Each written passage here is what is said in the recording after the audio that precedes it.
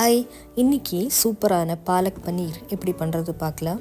பன்னீரை க்யூபாக கட் பண்ணி தண்ணியில் ஒரு 1/2 hour ஊற வச்சு நீட்டாக வாஷ் பண்ணி எடுத்துக்கலாம். ஓகே, அண்ட் தென் இதில் ஒரு 3 கட்டு பாலக்கீரை 3 கட்டு இருக்குது. அதை சூப்பராக பொடியாக கட் பண்ணி வாஷ் பண்ணி மஞ்சள் பொடி உப்பு போட்டு சூப்பராக கொதிக்க வைக்கவும். மிக்சியில் போட்டு சூப்பராக அரைச்சிடலாம். இப்போ ஒரு பேன் எடுத்துட்டு அதில் பட்டர் ஆட் பண்ணினதுக்கப்புறமா கொஞ்சமாக cumin சீட்ஸ் ஆர் ஜீரகம் ஆட் பண்ணிக்கலாம்.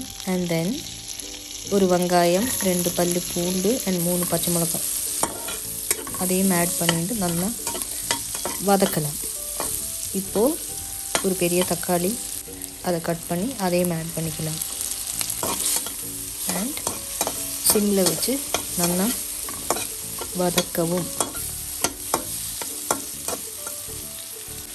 தேவையான அளவு உப்பு, மஞ்சள் தூள் அண்ட் கொஞ்சமாக மிளகாய் தூள் ஆட் பண்ணிக்கலாம். ஆட் பண்ணிட்டு நல்லா மிக்ஸ் பண்ணணும்.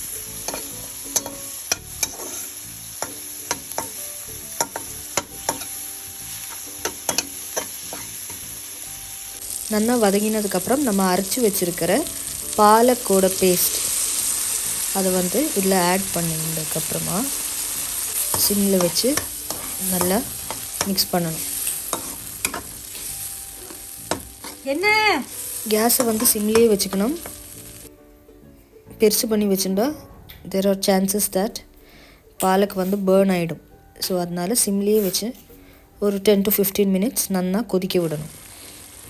அப்படியே அந்த மிக்சியில் கொஞ்சமாக தண்ணி ஆட் பண்ணி அந்த தண்ணியும் மிக்ஸ் பண்ணிக்கலாம். So that it will be a little bit of லிக்விடி ஃபார்மில் இருக்கும்.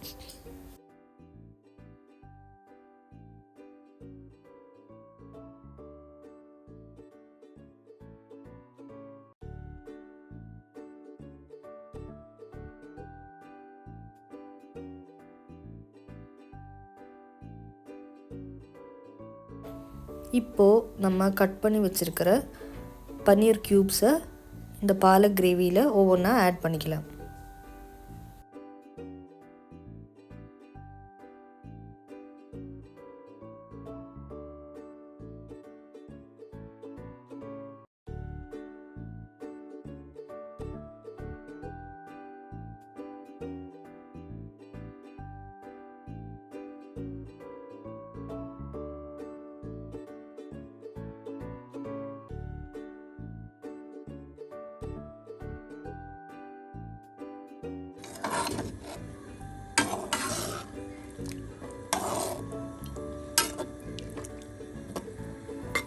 டேஸ்டியான சிம்பிளான பாலக் பன்னீர் இஸ் ரெடி.